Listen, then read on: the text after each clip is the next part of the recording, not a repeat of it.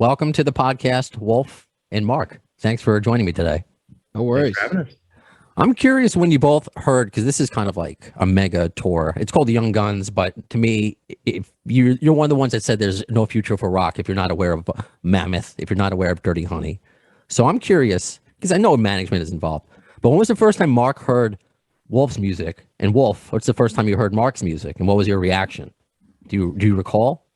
I heard, obviously, I think everybody heard The Distance first. But my booking agent made me aware that, this record from Mammoth was coming and make sure it's on your radar. And it was, obviously, it was really the big moment was seeing him do it live. And that was when I was like, wow, it's this is a real thing. He's extremely talented at all the instruments he plays, but most importantly, he's a really, really badass singer. And there was an immediate respect and appreciation for what he was doing. What about you, Wolf? I had known Dirty Honey as that badass band that went #1 without a label. And so that immediately made me want to check them out. And I had their EP. And then we had done some radio festivals together. And so to finally see them live and to see how amazing they were live and how awesome of a singer Mark is live, it just kind of immediately was that sort of kinship there formed. And then we did a show in Columbia, South Carolina. And then that's how this kind of steamrolled into this. Okay, cool. I mean, obviously there's a musical connection, but when you're on tour together, you got to be like a brotherhood, even if it's different bands, it's co-headlining. So yeah, no competition here. This is certainly like a family ordeal, and at least in my opinion. I agree. Well, like a family, because I'm the oldest of four. I have three little brothers, and even at my age, 38, I like to tease them, or I even know I love them. Do you foresee, some fun pranks? No, nothing too crazy, but sticking the hand in the warm water kind of thing to Mark. Pranks. Oh God. Pranks, man. Not really. I mean, I may be foreseeing some jamming at some point, but other than that, I don't know. I don't know. I really don't know what your like nightlife. I don't know what you're. You know what I mean? I don't know what you like to do at night yet. So that'll be interesting to see. When we're in Reno or something with a night off, what are we going to be up to? I have no idea. Nice. Well, I guess you guys will soon find out. Yeah, exactly. What's the biggest change? Because obviously you both were, you had your headlining bouts, but for the most part you were opening acts. Mark with the Black Crowes and Wolf with GN'R. Is there any added pressure to be the headlining act, or is it just when you go up there, just playing? You're just playing for longer. Yeah, there's that. I think honestly, I mean, I'm sure of it. I know that being the headliner and having a community of fans there that are familiar with your work and not there to see Guns N' Roses or the Black Crowes specifically, and you're kind of this thing they're being introduced to, it's a much more fun atmosphere. Yeah, it makes it easier in a way. Yeah. Sure. So I'm really looking forward to it because we haven't done it in a while. So it'll be okay. Fun. I got this great comment on your favorite place, Wolf, Twitter. But it's a lovely comment from one of my listeners because I had the pleasure of seeing you, Wolf, 3 times last year opening for GN'R. I still need to pop my Dirty Honey cherry, which I know sounds what I'm saying. So this is from a Jay Cran. He saw Dirty Honey open for the Black Crowes in Tampa, and Wolf opened for GN'R at Fenway Park. Both were amazing. I love getting blown away by the opener. Makes it feel like seeing GN'R open for Aerosmith in 1988. Wow, so, that's a great it's a great comparison. So I wanted to share that because I think you guys aren't rock's hidden secrets anymore, kind of thing. Mark, who did you model your singing after? When you were little Mark, mini Mark. There was a lot of long drives to like hockey games with family where I'd be singing along to like Aerosmith records, AC/DC, Zeppelin, definitely the Stones, Tom Petty. I'm a huge Mike Campbell fan. And then of course like Soundgarden, Guns N' Roses, all that good stuff.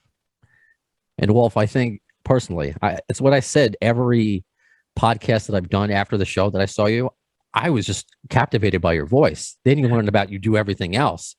So who did you It's honestly, it's you guys are 1A. I don't know. I think it depends on the day. If you had too much tea, you guys are just the two best young voices in rock. So, Wolf, who did you model your singing after, if anybody? Yeah, that's the thing. At the risk of sounding like a douche, I kind of didn't. I've been singing my whole life. I've had people singers I admire.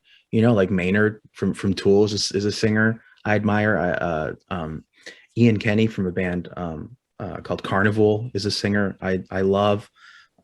But modeling my voice after, I kind of it just sort of developed throughout recording. I mean, in Van Halen, all I had to do was you need to learn how to sing high.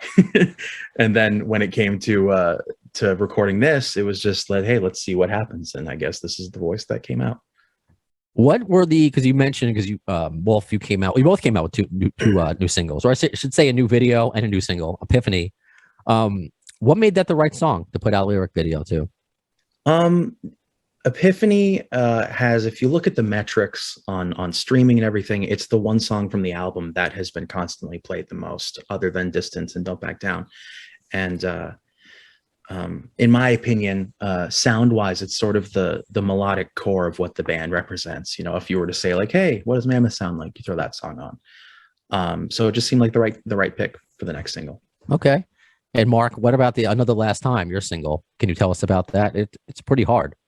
Yeah, I think it was the obvious single, and it had to be done at the right time. I think artists that we appreciate do a lot of different styles, and they can do all those styles well, and so long as it's authentic to the artist, I think it'll be successful. But we wanted to, before COVID, release a song as a single called Heartbreaker, which was a little bit more melodic and less heavy, and COVID sort of derailed that entire thing. And so now that we're at this point, third single of this record, we're ready to go with a more bluesy ballad, soulful tune.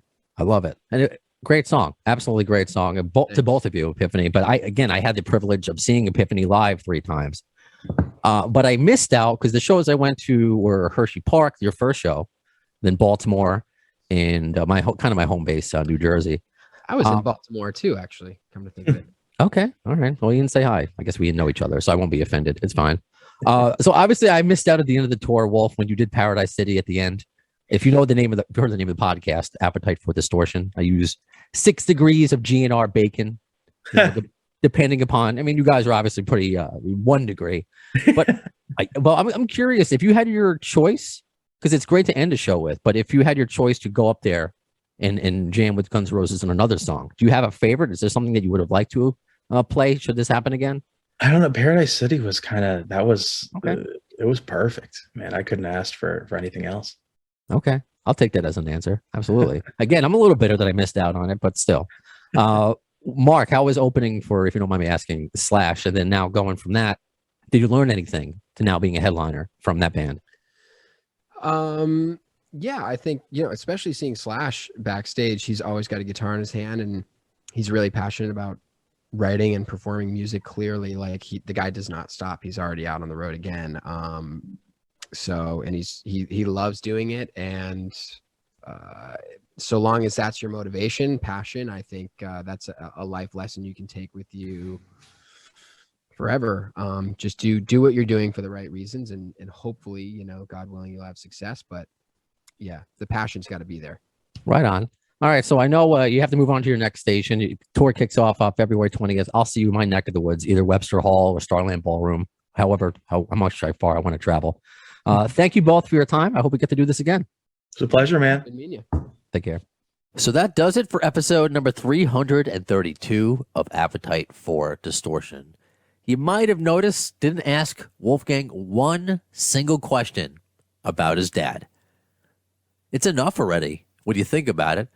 It's kind of fun watching him fight the trolls on Twitter, but still at the same time, this doesn't just go for Twitter. This goes for other interviewers, and I've heard this. Just think about it.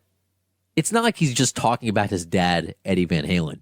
He's talking about his dad, who just passed away. Like, that's hard for me to do when I talk about it, and it's been, 8-9 years.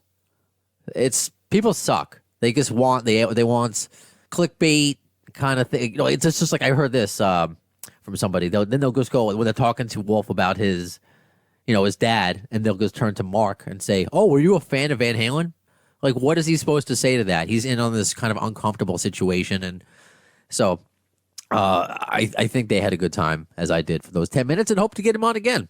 Also, I don't know if you realized, I wasn't feeling very well during those 10 minutes. I had a battle a little bit, and I didn't find out until after, as I'm recording this outro, that I have COVID. I'm okay, mild symptoms. It was just the day I recorded this for about like 12 hours. All I wanted to do was sleep, had a bit of a headache. Feeling much better the next day after I slept some stuff out, but the at-home tests say different. I'll live, put it that way. So, I don't know. I was like watching back on the YouTube version of this episode. I'm like, I look rough. But at the same time, I'm on the way to getting my tooth fixed from that car accident a few weeks ago, if you remember. So I no longer look like Lloyd Christmas from Dumb and Dumber. Anyway, friendly reminder to follow us on Twitter at the AFD Podcast, Facebook, facebook.com/the AFD Show, Instagram, Appetite for Distortion. Please give us a like and subscribe on our YouTube channel, the AFD Show, or just search for Appetite for Distortion. Almost daily, I'm putting up highlights of the episode. So if you don't have the time to listen to, this was a short episode, but the ones that are like an hour, even a half an hour, I try to break down some of those fun clips, the highlights of the show for you to, enjoy on YouTube. So anyway, the next guest most likely will be Cliff Compton, professional wrestler. He was known as Domino in WWE, and he loves Guns N' Roses. So much so that's part of his ring gear. Cliffy don't surf. We'll get more into that next episode. So when will you see that? In the words of Axl Rose concerning Chinese democracy, you'll see it, I don't know if soon is a word.